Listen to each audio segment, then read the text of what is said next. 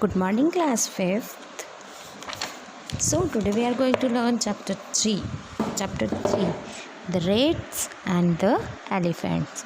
So the rats and elephant is a story of some rats and elephant. So let's start. Long ago, a group of rats lived happily in a forest. बहुत पहले की बात है. Group of rat, चूहों का एक झुंड forest में हैप्पीली रहता था. One day heard of elephant pass through that area in search of water. एक दिन हर्ड ऑफ एलिफेंट का झुंड होता है, उसको हर्ड कहते हैं. तो वहाँ से गुजरा, किसके लिए? In search of water. Many homes of rat were destroyed under their big feet. Some rat were also killed. और उनके बड़े बड़े पैरों के नीचे बहुत सारे जो चूहे हैं वो दब के मर गए और बहुत सारों के जो घर है वो उजड़ गए. The king of rats, Mushakraj, went to the king of elephant, Gajraj, and requested him to take his herd through another route to the pond.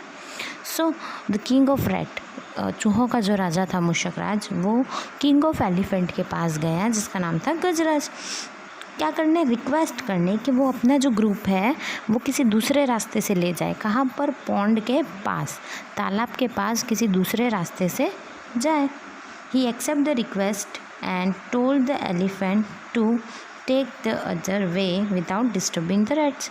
और गजराज ने बात मान ली और सारे एलिफेंट्स को कहा कि आप लोग दूसरे रूट से जाएंगे.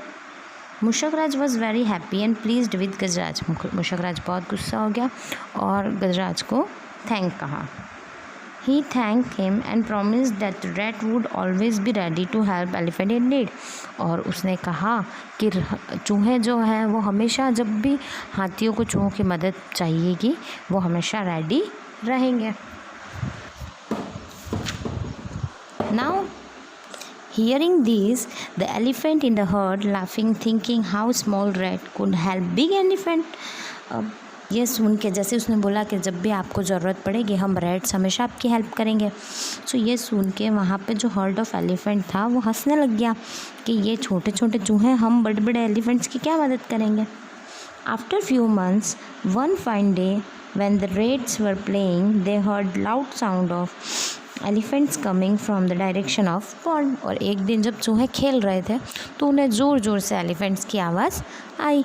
और ये आवाज़ कहाँ से आ रही थी? तालाब की ओर से. Mushkraj realize that the elephant were in some danger. और मुशकराज को लगा कि एलिफेंट्स किसी डेंजर में हैं. He asked some of the strong rats in a group to come along and went to the direction of that sound. और मुशकराज ने कुछ स्ट्रॉन्ग रैट्स को वहाँ पर भेजा कि जाके देख के आओ क्या हुआ है वहाँ पर. Near the pond they saw the elephant caught in a trap keep by some hunters. और वो वहाँ जाकर देखते हैं कि एलिफेंट जो है वो हंटर्स की ट्रैप में फंस चुके हैं, शिकारियों के जाल में फंस चुके हैं.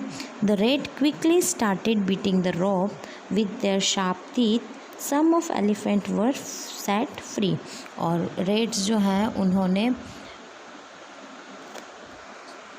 अपने स्ट्रॉन्ग टीथ से उस ट्रैप को काट दिया और सारे एलिफेंट्स को फ्री कर दिया.